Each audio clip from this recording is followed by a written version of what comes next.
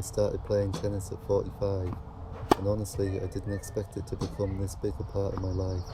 At first it was just curiosity, a way to stay active, a reason to try something new. But the deeper I get into it, the more I realise this isn't really just about tennis. It's about proving that you can still start again later in life. Because I think a lot of people hit their 40s and quietly decide certain things aren't for them anymore. New sports, new hobbies, learning from scratch. And I don't think that's true.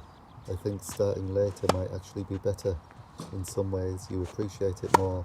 You don't take progress for granted, and you understand how important movement, fitness, and having something to work towards becomes as you get older. That's one of the reasons I make these videos. Not because I'm good, not because I have answers, but because I think more people should see what it looks like to be a beginner again. Because longevity isn't just about living longer, it's about staying curious, staying active, keeping your body and mind, doing something challenging, and tennis has become that for me. This week I kept coming back to fundamentals again, trying not to overcomplicate things, because it's easy to get distracted by all the technical parts of tennis, but I think improvement probably starts with building one reliable shot at a time, and for me that's the forehand. That's the shot I want to become automatic, not perfect, just dependable, something I can trust when things get messy. And the biggest focus has been topspin, trying to create a forehand that clears the net comfortably, dips back into court, and feels repeatable. Because when you first start, you're mostly just trying to keep the ball in play. But now I'm starting to think more about shape, margin, control, and I think topspin gives you that. It lets you swing with a bit more confidence. You don't feel like every shot has to be perfectly timed, and I think that's what I'm trying to build. A forehand that feels safe, but still purposeful, something I can slowly trust more over time. The backhand feels like a different conversation, and I've accepted that it probably doesn't need to become a weapon. At least not right now. I just need it to become solid, average, reliable enough that people won't immediately attack it when matches become more competitive, because I think that's what a good backhand does. It doesn't always win points.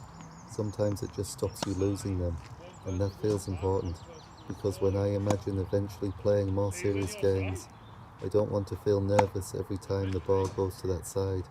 I want to feel calm, like I can stay in the rally, like I'm not giving away obvious weaknesses. And I think that's where the backhand sits for me right now, not needing to be special, just needing to become trustworthy, something that holds up under pressure, and I think that's a realistic goal at this stage.